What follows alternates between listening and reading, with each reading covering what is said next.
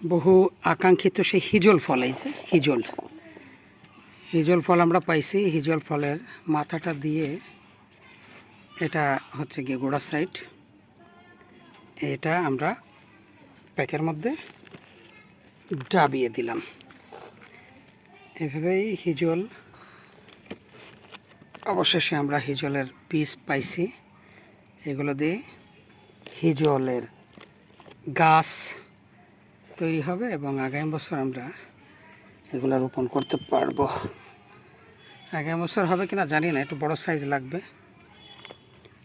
আমরা রোপণ করে ফেলবো ইনশাআল্লাহ। এটার গোড়া কোনটা, আবার উল্টায় দিলে আবার সমস্যা। ওরা এই ভিতর থেকে চারা একেবারে মাঝখান থেকে, এই যে মাঝখানের থেকে দেখছেন, এটা থেকেই ওরা বের হবে।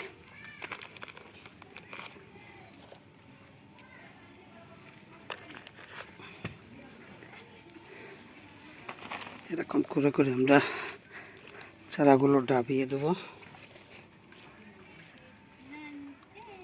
এইটা এখানে,